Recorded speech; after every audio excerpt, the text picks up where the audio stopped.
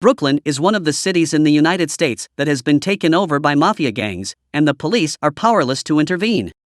The mafia committed so many crimes and turned the city into a haven for money laundering. Every week, criminal money from the mafia would be deposited from one bar to another, and the bartenders had no idea what was going on and were obliged to keep their mouths shut and do what the mob instructed them. Despite his common appearance, one of the bartenders was named Bob. He once worked as a cold-blooded assassin. Now he frequently attended church to calm his mind and heart from all his sins and the past that haunted him. Every time one night when he came home from work, Bob found an injured dog in a trash can in front of someone's house, and as he was about to look at it, the owner of the house named Nadia addressed him from the rear door. Nadia assumed Bob was going to rob her house, but after seeing the dog he was holding and how bad the injuries were, Nadia asked for Bob's identification card and then let him inside to care for the dog's wounds. Someone was seen discreetly spying on them from afar just before they entered the house.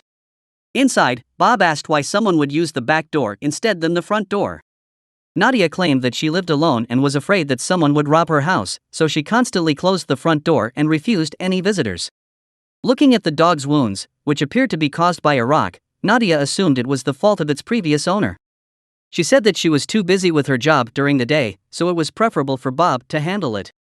Bob, who had never had a dog before, hesitated and asked for 2 days to consider whether he should adopt the dog or surrender it to an animal shelter.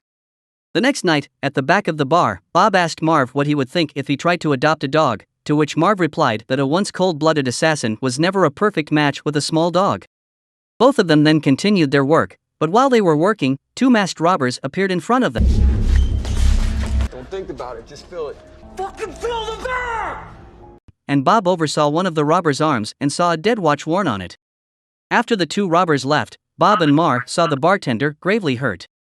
Marv immediately called an ambulance, and the police arrived not long after. When the cops inquired about the characteristics of the robbers, Bob described one of the robbers' traits as wearing a dead watch. The next morning during church, Bob couldn't stop thinking about the puppy he found a few days before, so he decided to take care of it and went to Nadia's house because he couldn't calm down. That dog's name was Rocco, and Bob, who had no expertise with dogs, asked Nadia to teach him. At the pet store, Nadia followed Bob to acquire various supplies and made a necklace for Rocco.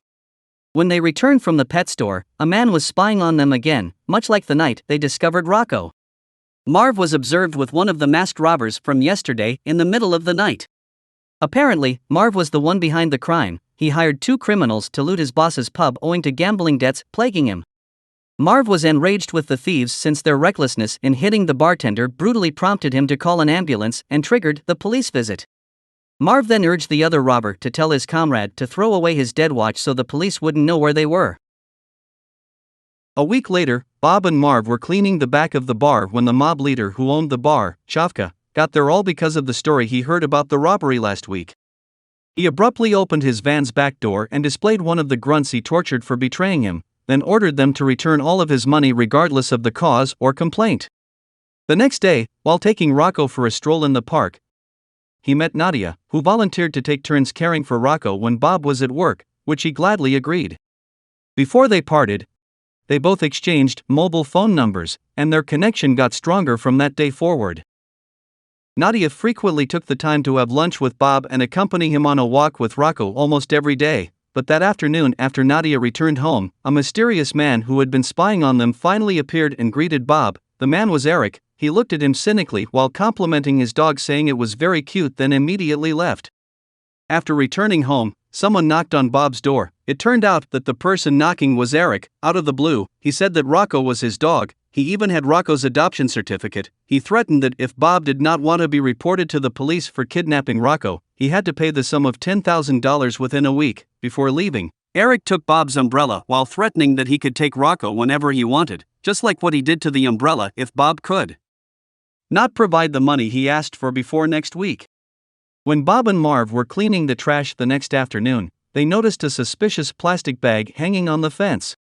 When they checked it, they were both shocked to see that the bag was filled with the same amount of money from the robbery the week before, as well as the dismembered hand of one of the robbers, complete with the dead watch on it. Marv instructed Bob to dispose of the severed hand as soon as possible before the cops discovered it. Bob appeared confident on the inside, dealing with things that most people would not dare to deal with, and as a former cold-blooded assassin, he didn't hesitate to wrap the mutilated hand in plastic. Just as he finished, Eric came to the bar and asked for something to drink, but Marv immediately kicked him out, saying the bar wasn't open yet. Luckily, Eric didn't see what Bob was doing in the back. After that, Marv told Bob to dump it in the harbor. He brought Rocco to avoid suspicion. In the harbor, he checked around just to be safe, and immediately dumped the cut hand when no one saw. Just before the hand perished, the police officer who handled the bar robbery case days before passed by and hailed him without hesitation. The policeman inquired if Bob knew a man named Eric, who was recently freed from prison for murdering people at the bar where Bob worked. Unfortunately, Eric had to be released since the police lacked evidence, so the police moved their investigation to another location. Marv was seen that night meeting one of the robbers who was still alive. Marv offered the robber a job to rob the bar again, but the robber rejected since he didn't want to die tragically like his companion. Mark murdered him without his knowledge because he was terrified of Chavka's threat. Marv then claimed that this time he had a plan to escape without Chavka discovering it, but despite Marv's convincing, Chavka refused. Marv eventually had to kill him because he had learned of all the robbery preparations. To keep the scheme secret and avoid leaking information, Marv ran away after making sure there were no witnesses. The next day, Bob went to Nadia's house to drop off Rocco before leaving for work. There, he told her that a few days ago, there was a man named Eric claiming to be the owner of Rocco. When she heard Eric's name, her expression changed. Bob continued to ask her the same questions about Eric until she became angry and left. At the bar, he vented about Nadia, and Bob asked Marv and other bar guests how to handle a sulking woman. Everyone laughed and remarked that no guy could handle a sulking woman. Not long after, Chavka came to the bar and demanded his stolen money and informed the bartenders that there will be a money laundering transaction in 2 days. When Bob arrived home, Nadia was waiting for him in front of the house. When Bob brought her inside, she confessed everything. Eric was the ex-boyfriend who had caused her grief. To avoid a devastating conversation, he changed the subject and invited her out for a drink.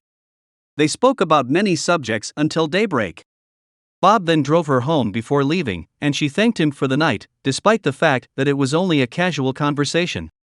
Bob was finally able to grin again after years of being tortured by guilt, but when he arrived home, he spotted the umbrella that Eric had taken yesterday inside Rocco's cage. He had no idea that Eric had covertly entered his residence when he was with Nadia. Because he believed Eric's activities had gone too far, Bob went to Eric's residence, which he knew through Nadia, and Eric said he just wanted to warn him that if he didn't pay by the due date, he would torment Rocco, just as when Bob originally found it in the trash. Eric didn't appear to care about Rocco at all. His purpose from the start was to blackmail Bob because he was envious of seeing him with his ex-girlfriend, whom he still loved, Nadia. While suppressing his rage, Bob said he would pay the ransom at the bar the next day. Bob discovered Marv was sick the next morning and decided to pay him a visit. While sitting on a couch, Marv informed him that he would need to take another day off so he wouldn't be there to help Bob take care of the money laundering transactions. Bob at the bar was suspicious and asked whether Marv intended to rob the bar again. Bob had known for weeks that Marv was the evil brain behind the crime and had claimed not to know in order to keep Marv out of trouble. This time, he cautioned Marv to abandon his dumb scheme and never underestimate Chavka. He had been fortunate to avoid difficulties in the past, but no one knew what might happen to him next. Unfortunately, no one can escape Chavka's pursuit, and despite being warned, Marv seemed unconcerned. During the day, Marv encountered Eric, who was sitting at a restaurant. Knowing that Eric had previously been in prison, Marv offered him a job to help him rob his boss's bar tomorrow at 2 p.m. If they succeeded, they would be extremely wealthy. When he heard the tempting offer, Eric accepted it without hesitation. Marv cautioned him to stay focused on carrying out the heist plan and not to tamper with Bob because he regarded him a dangerous person.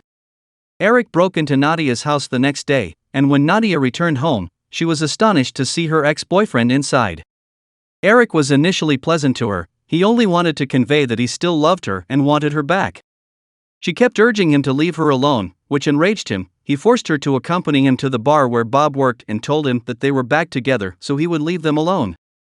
Bob was surprised to see Nadia and Eric together but couldn't bother because he had so much to do. He had to serve the customers as well as handle the money laundering transaction. Bob tried to hold back his anger seeing Eric, who kept teasing Nadia. Eric then approached Bob and told him that he and Nadia are officially back together. Bob pretended not to care about it. Marv, on the other hand, sat across the bar waiting for the money laundering operation to be completed. When the pub was about to close, Eric went out to call Marv.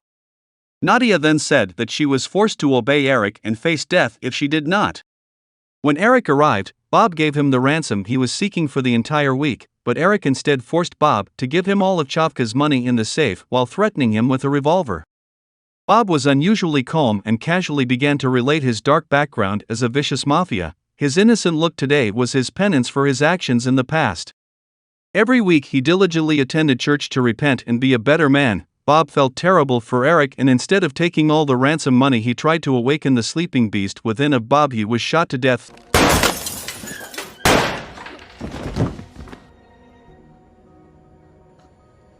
Seeing the man she loved kill someone right in front of her eyes. Bob tried to explain everything to Nadia before telling her to go home. Chavka had known about Marv's heist scheme all along and had requested one of his boys to kill Marv while waiting for Eric to come out of the pub. The man shot Marv on the spot, and after cleaning up Eric's dead body, Bob reflected on everything he had done since the shooting event. Bob never saw Nadia again. Even though Chavka had completely promoted Bob to manager of the pub to replace Marv, he was dissatisfied. He felt the shame crawling into him every time he washed his hands, hurting his heart even more. He visited Nadia because he missed her so much one day and asked her to go for a stroll with him and Rocco. He ordered her to go inside and prepare herself to walk with him or stay inside, and never returned. She entered her house without saying anything. Bob was heartbroken after witnessing the lady he loved walk away. He was worried Nadia might not return, which meant he would have to abandon her forever. Bob stood there motionless until the sound of Nadia's shoes was heard.